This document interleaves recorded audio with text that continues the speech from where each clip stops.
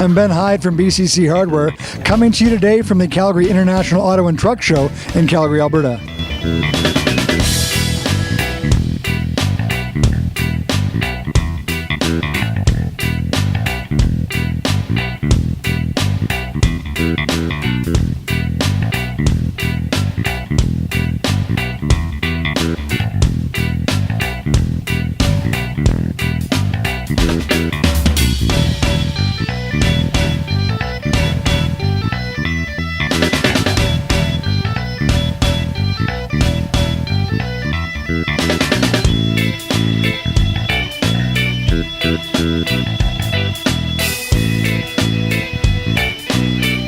We're here today at the Calgary International Auto and Truck Show, and I'm speaking with Darren Shotanas.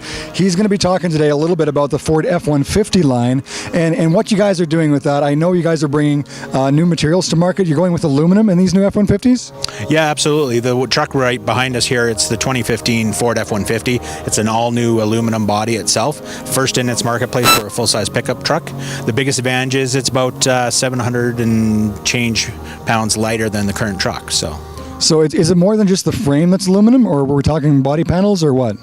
Frame and body panels itself. So they've structured the frame a lot stronger than the current frame itself, and then all the body panels, all the body skin and everything is all aluminum. Okay, so the perception is with aluminum that it's light. It's 750 pounds lighter, but it doesn't have the integrity strength of steel. I mean, it's a perception. How do you offset the perception of aluminum being kind of a throwaway vehicle to the reality that it actually is very strong? It is. It's a common I shouldn't say like it's not known in the industry, but there's a lot of aluminum vehicles already out there, but they're all high end, like the Jaguars and a lot of the higher end product is already aluminum. So it's been tried and true, tested out there forever.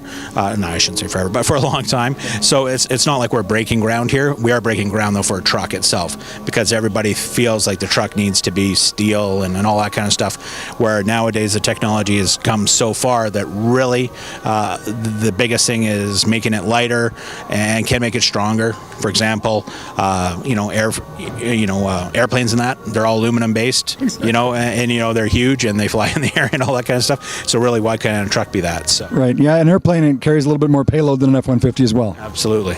So now with these aluminum trucks, they're lighter. So you guys are putting smaller engines in them. So these engines are more efficient. And yet, how is that going to affect like the perceived power and the hauling ability?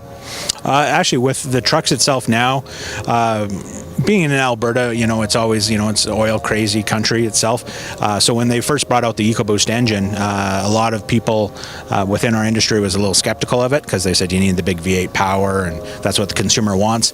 And Ford was very adamant, saying, no, we'll bring it to market and we'll show you that the customers will be happy with the V6s and such. It came out, and sure enough, it's our number one selling engine now. So everything that you're seeing rolling out within the Ford lineup itself and Lincoln itself are all coming in the EcoBoost engines, smaller based, 4 cylinders, 6 cylinders. You're even going to see a 3-cylinder in some of the smaller cars itself that are going to produce some massive horsepower. There's no worry of ever having not enough power for towing, ample torque, and it's fine. There's nothing to worry about. Okay, so what is the biggest advantage? Like, there's numerous advantages going to new materials, but what's the biggest advantage going to an aluminum truck? I think overall you're going to see probably the CAFE standards that are being imposed by the governments itself, and the fuel economy. That's becoming more and more evident in our industry.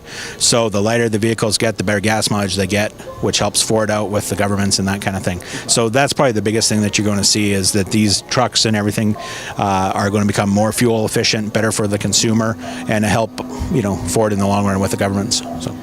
All right, well, thank you very much for telling us about the Ford F-150. You're very welcome. So now we're talking about smart technology in these Ford vehicles, and Ford has really kind of pioneered the way to bring smart technologies to mainstream vehicles in the past, and we've appreciated that. So what sets Ford's smart technology apart from the competition?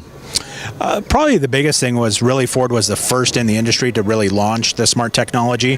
The Microsoft Sync system itself, or now known as MyTouch, they were really the pioneers launching it on a mass scale into the industry itself. So that's probably the biggest thing, is they were just the original pioneers. Okay, and so you can get smart technology like the MyTouch in the Focus, and you can get it all the way up into like a King Ranch Edition pickup truck. What are the difference between the tiers of vehicles? Is it all the same, or do you get more if you buy a more expensive vehicle? No, that's the beauty of it. Really, it's just it's software, and it's rolled out amongst all the vehicles. So I've always said, somebody's Fiesta is somebody else's Lincoln. So it's all relative. So we try to give the mass appeal to everybody. So yeah, it rolls out whether you're in a pickup truck or a car. So. Okay, and there's no different levels of it. MyTouch is MyTouch right across the board? That's correct. Okay, so now I know there's been a lot of talk about you guys going to making the move, dropping the Microsoft MyTouch and going to BlackBerry's system. What are consumers going to see different about that? Well, firstly, it hasn't been 100% communicated to us that is what's going to happen. We've heard rumblings. As I was saying earlier, Ford being the pioneer of this, unfortunately they did, like anything, it's software, and there was some glitches that took place, and it has soured a little bit of the public opinion on it.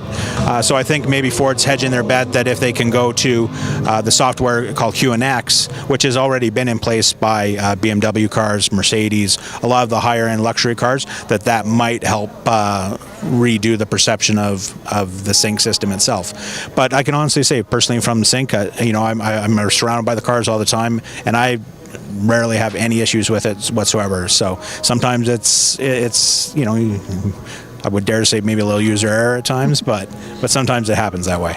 Yeah, no, it only takes one or two horror stories, or you knew that neighbor once, or you talked to somebody that had the issue, and then it becomes overly inflated. But there was some issues. We've seen them personally, and hopefully this new software, and again, it's rolled out by a lot of other people, so it's not something new, a different direction that Ford's going.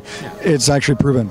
Yeah, absolutely. And I think it doesn't really matter which software you have. There's always going to be a little bit of computer glitches. You're always going to get that rainbow wheel going on every once in a while. So, I think as we progress and the more computer savvy we want to get in these cars, people are just going to have to understand that with computers comes a little bit of glitches here and there. So. Right, so I know you don't have a firm date, but do you have any idea when we're going to see BlackBerry in a Ford vehicle? I don't. I mean, I can only speculate that probably maybe next year you might see something coming along. So with the new software, you're assuming that we're going to have like good compatibility across all mobile platforms? Yeah, absolutely. I mean, obviously Android and iPhone are the two top contenders out there. BlackBerry has always been tried and true as well, but they've struggled in the marketplace as well. So I think whatever software gets rolled out within these vehicles itself, it has to be compatible amongst the big three per se. Yeah, so Microsoft phones aren't even equated into that yet, or? Well, actually, I have a Lumia 1020 myself, and it being Microsoft, it syncs very well with the Microsoft Sync system, so I have no issues with it whatsoever. But yeah, I mean, there's certainly not that many Windows phones out there, but no problem on my end. So. All right, so we're looking forward to seeing all this new smart technology roll out in 2015. Kind of the same, a little bit better, and as we go into 2016, we're going to see even more amazing stuff, hopefully, from Ford. Oh, absolutely. It is amazing to see the technology that's coming out, and this is just the tip of the iceberg. We've seen a little bit, behind the scenes, and it's crazy, the stuff that's coming. So. Excellent. So make sure you stay tuned to Ford and see what the crazy stuff he's talking about coming up in the coming years. As we wrap up our Ford coverage here, we're going to be stopping and talking about electric and hybrid vehicles. Now, you guys have a few different models of hybrids and electrics. What exactly models do you guys have? Currently, we're running in the Fusion platform, the Focus that you see behind us here. There's a C-Max, and then there's the Lincoln MKZ as well that runs in a hybrid model as well. So those are hybrids, or which ones are just straight electric? Currently, right now, we've got a Ford Focus that you see right behind us here, is the pure electric model, and the Ford Fusion as well. Okay. So as you're you're moving more towards electric and alternative fuels and you know, hybrids and electrics. What kind of infrastructure do you see? Like, these are basically commuter vehicles, but let's face it, there's times when you're going to want to, you know, travel to, you know, someplace else and see grandma or see, you know, take the kids someplace. It's, I mean, you can use a standard 240 volt outlet to charge it itself. The recommendation is a power charging station, which you buy aftermarket. It was through Best Buy, and now we've changed manufacturers to actually do it itself. Infrastructure itself, I would say, to be honest, is still a little sparse around the city. More and more gas stations you're starting to see pop up with them itself. A couple of the big retailers, I believe Costco has got a couple of them in now. Some of the shopping malls I've seen them in. So slowly it's starting to come, but in the States I find it a lot more prevalent. I went away on holidays to Hawaii once, and it seemed like every, you know, parking lot had 1 or 2 charging stations. So I think there's certain places that are a little more up on it than others yet. So battery technology really hasn't changed much in the past 60, 80 years. Are you guys like looking at converting, you know, to better battery systems, or is, you know, the industry standard good enough for you guys? I think right now, I know they are looking at different technologies for it itself. Cost is still the biggest thing. People just don't understand the cost of building these cars itself. They are a heavy vehicle. I think you're going to see sort of the standard batteries here for a little while. Slowly, as the industry catches up and starts going forward, you'll see some more technology. But for the short term, I think you're going to see what you get is, you know, what we have is what you get. So.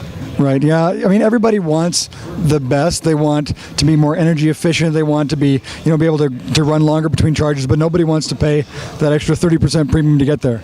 Absolutely, and it's tough, and especially being in Alberta. It's, you know, we're oil and gas country, so it's, you know, there's not a whole lot of love to the electric or the hybrid, but slowly, yeah, it's coming around, and it's getting a little more popular. For example, on the Lincoln end of things, on the MKZ, it's no charge difference between the two vehicles, so you can choose a gas model or you can choose a hybrid model for the same price tag, which is the first. Like, normally there's a premium to go with a hybrid.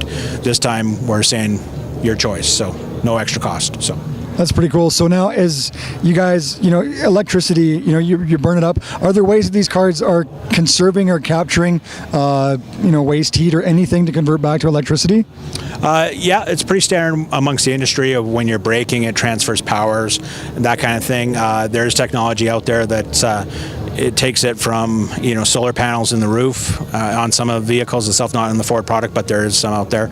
But generally speaking, the braking is the biggest regenerizer, or however you want to say it, of product itself. That's about it, really. So are there any upcoming models, new electric models or hybrid models down the road? Nothing that I'm aware of. Ford might have something up their sleeve, but nothing that's been communicated to us at this point in time. We find that there's enough takers here with these vehicles itself. They're not a huge volume for us, but slowly, you know, people do talk about it and get interested, but I'm not sure if Ford will roll out too many more. This is Ben Hyde for BCC Hardware, wrapping up the Calgary International Auto and Truck Show. And I got to kind of say, I'm really digging the new Corvette.